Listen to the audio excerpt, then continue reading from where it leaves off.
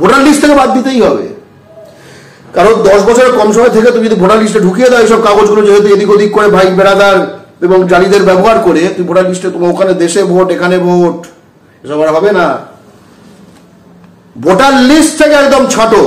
বাংলা ও বাঙালির বহিরাগত শত্রু গুটখাখোর বেআইনি দখলদারদের একদম বাংলার ভোটার লিস্ট থেকে ছেড়ে দাও, ব্যাস।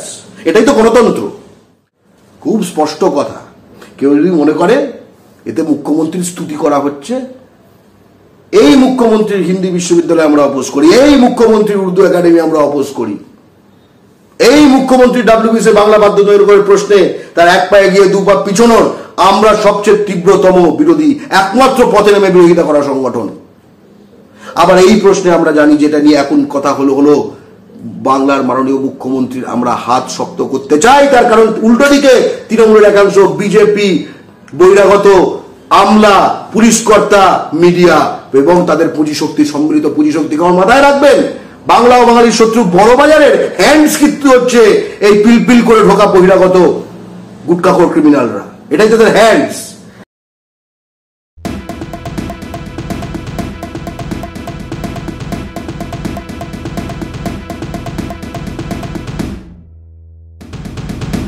আমরা বারবার বলি এই বহিরাগত বেআইনি দখলদার গুটখাখোর এরা রেখে দিলে আলসার, বাড়তে দিলে ক্যান্সার, এবং সেই আলসার কতটা গভীর, কতটা রক্তপাত ঘটছে, রক্তক্ষরণ ঘটছে, এবং সেই ক্যান্সার কতটা ব্যাপ্ত হয়ে যাচ্ছে। উনি রোজকার রেগুলার, উনি একবার দমদম থেকে নৈহাটি একবার যদি লোকাল ট্রেনে যান উনি বুঝে যাবেন। উনি একবার যদি একখানা অজ্ঞাত কোনো পরিচয়, একবার উনি যদি ভদ্রেশ্বরে চাপদানিতে হাঁটেন কিছুক্ষণ উনি বুঝে যাবেন। উনি বড় বাজারে হাঁটলে বুঝে যাবেন। উনি যদি ভুলুক করে বাংলায় কথা বলে ফেলেন, ওনার মুখটা যদি বাই চান্স না দেখা যায়, ওটাকে বাংলাদেশি বলে গালাগাল দিয়ে দেবে। এই তো আসলে এটা একটা জাতীয় পুনর্জাগরণের যে লড়াই বাংলা পক্ষ শুরু করেছে, সেটা মাননীয় মুখ্যমন্ত্রীর বক্তব্যে দিয়েই সেটা সূচনা হয়ে গেল তা না। আমরা এই লড়াইটা লড়ছিলাম। আমরা পরিস্থিতির একটা বড় অংশ। মাননীয় মুখ্যমন্ত্রী কিন্তু কখনোই এটা কোনো কাজ করবেন না, যে কোনো পলিটিক্যাল লিডার কোনো কাজ করে যেটা তো বিরাট অংশ তার এগেনস্টে যায়। সকলে বলুন, সামাজিক মাধ্যমে যারা যারা এই খবরটা কেউ করেছে, তার তলায় পজিটিভ না নেগেটিভ, তার তলায় পজিটিভ না নেগেটিভ। তৃণমূল তো অধিকাংশ ক্ষেত্রেই সামাজিক মাধ্যমে তৃণমূল কিছু বললে, তৃণমূল কিছু বললে গালাগাল বেশি খায়, এটা ফ্যাক্ট, ঠিক আছে। এবার দেখুন, তৃণমূলের এটা বলেছে তার সর্বোচ্চ নেত্রী ববি হাকিম চুপ, সুজিত বোস চুপ। কেন বলছে না? কেন তৃণমূলের সকল মুখপত্র ঝাঁপিয়ে পড়েনি কেন? এই তো টিভিতে সব আসে, কই তারা এটা নিয়ে বলছে না কেন? রিজু দত্ত বলছে না কেন? একজন আছে ছেলে, লিট্টি চোখা উৎসবে যায়, বলছে না কেন? আমাদের লিট্টি চোখার বিরুদ্ধে কিচ্ছু নেই ভাই, বাঙালিকে বেচতে হবে।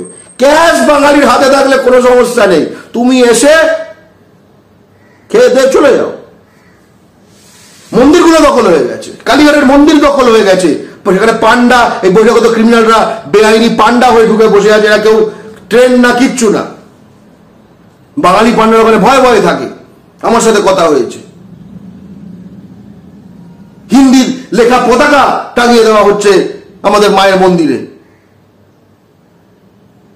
এই তারক সিং এবং অমিত সিং, কৃষ্ণা সিং এইসব আছে, এই পরপর 3টে ওয়ার্ড চণ্ডী মন্দিরটা দখল করে নিয়েছে।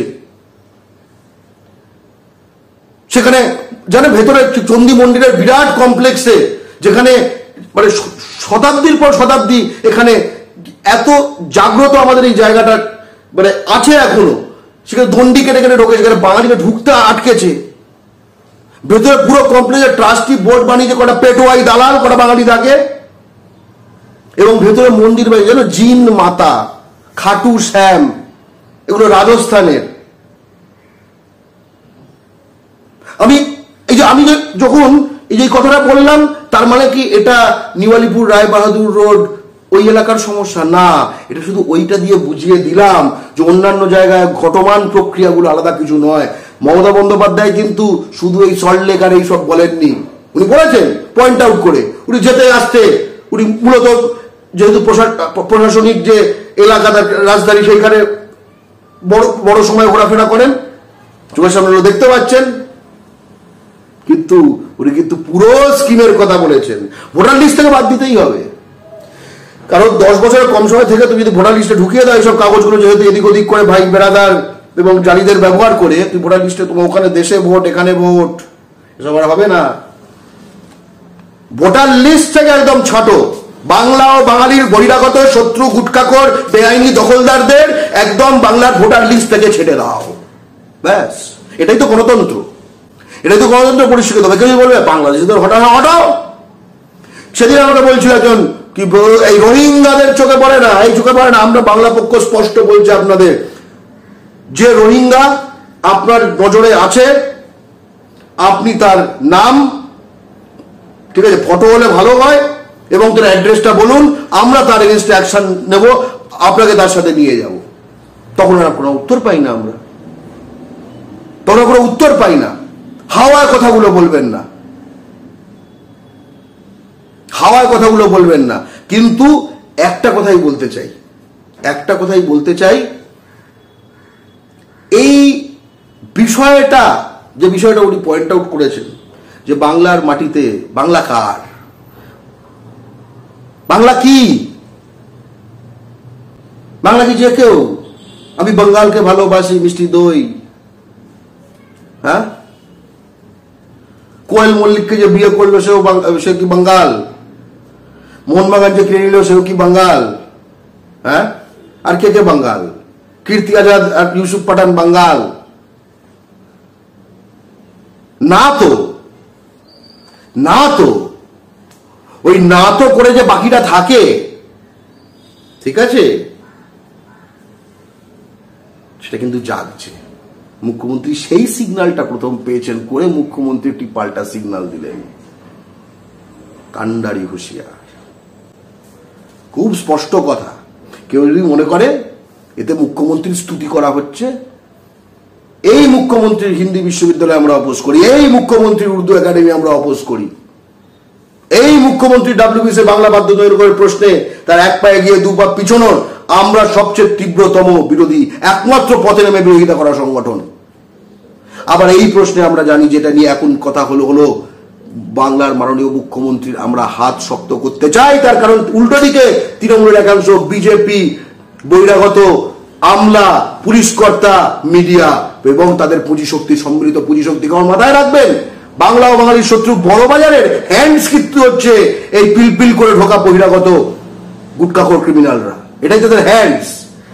আপনারা দেখছেন আওয়াজ, রোজকারের হক কথা। ফর মোর আপডেটস অ্যাবাউট আওয়াজ, please subscribe our YouTube channel.